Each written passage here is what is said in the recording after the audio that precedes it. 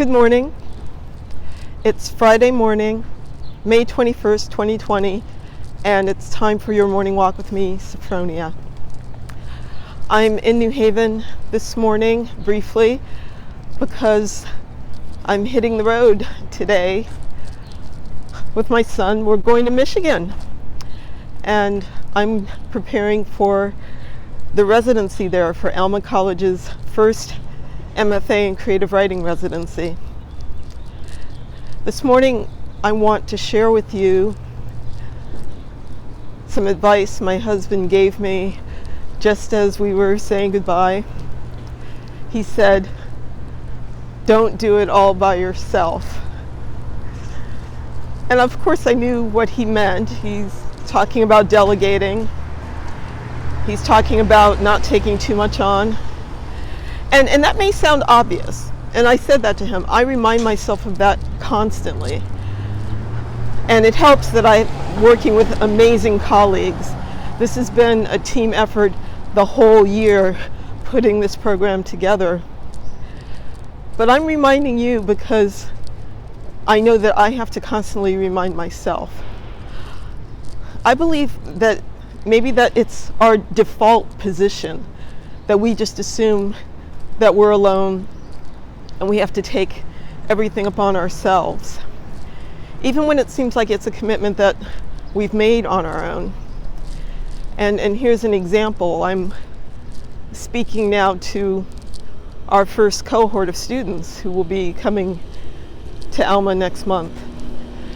I remember when I started my MFA, and it was really important to have the support of my husband and son, who was then my son was only 7, but for them to understand that I was going away to residency and I would be gone for 10 days, and to help them to understand what kind of support I needed.